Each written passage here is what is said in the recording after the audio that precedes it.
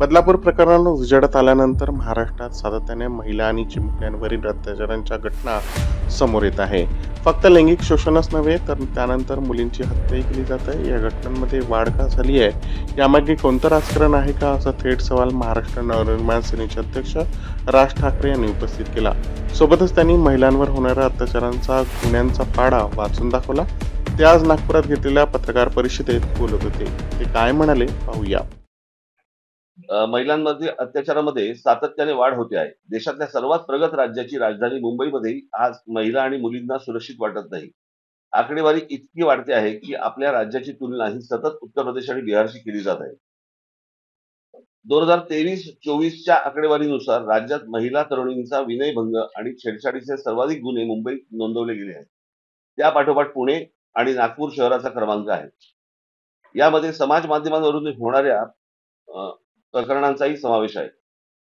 आता इथे खाली त्यांनी डेटा दिलेला आहे. महाराष्ट्रात महिलांवर होणाऱ्या अत्याचाराचा वाढता आलेख. अत्याचार कोणकोणते? तर बलात्कार, अपहरण, हुंडाबळी, नातलगांकडून होणारे अत्याचार, विनयभंग, लैंगिक अत्याचार, ट्रॅफिकिंग म्हणजे अनैतिक व्यापार आणि इतर. याच्यामध्ये 2017 या वर्षात महाराष्ट्रामध्ये 4320 बलात्कार झाले. 2018 मध्ये 4974 बलात्कार झाले. 2019 54,000 नाही 5412 बलात्कार झाले. 2020 हे कधी लागलं आपल्याकडे लॉकडाऊन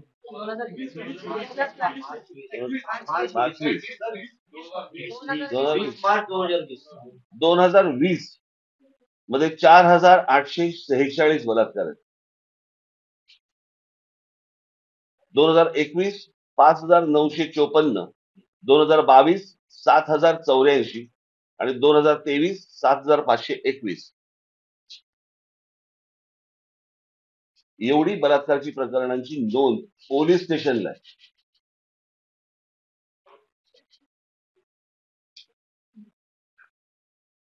एक खालच्या आकडेवर तुम्हाला पाहिजे असेल मी तुम्हाला देतो मी सगळ्यांना यापुढे.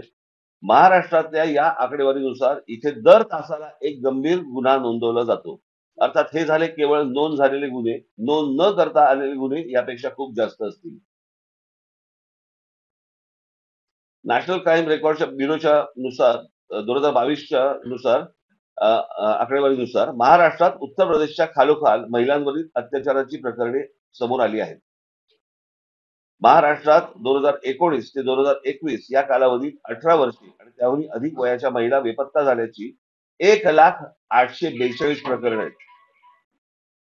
शहाजी जगताप यांनी ही जनहित याचिका मुंबई हायकोर्टात दाखल केली होती.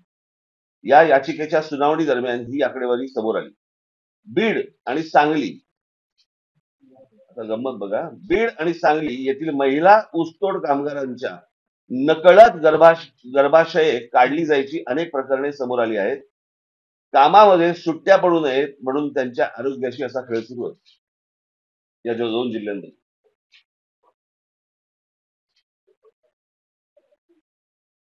आता मला असं वाटतं की तुम्ही हे आज जी रोज एक प्रकरण येते, रोज काय तासाला यायला पाहिजे ना.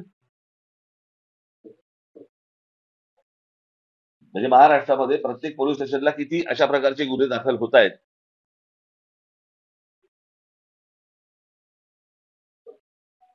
आणि मला फक्त एवढंच म्हणायचंय की जे इतके दिवस दाखवले जात नव्हते, हे आता एक बदलापूरचं प्रकरण आलं, अत्यंत दुर्दैवी. या ठेचलेच पाहिजे लोकांना. आणि ह्याचं कारण आपल्याकडे अजून कठोर शासन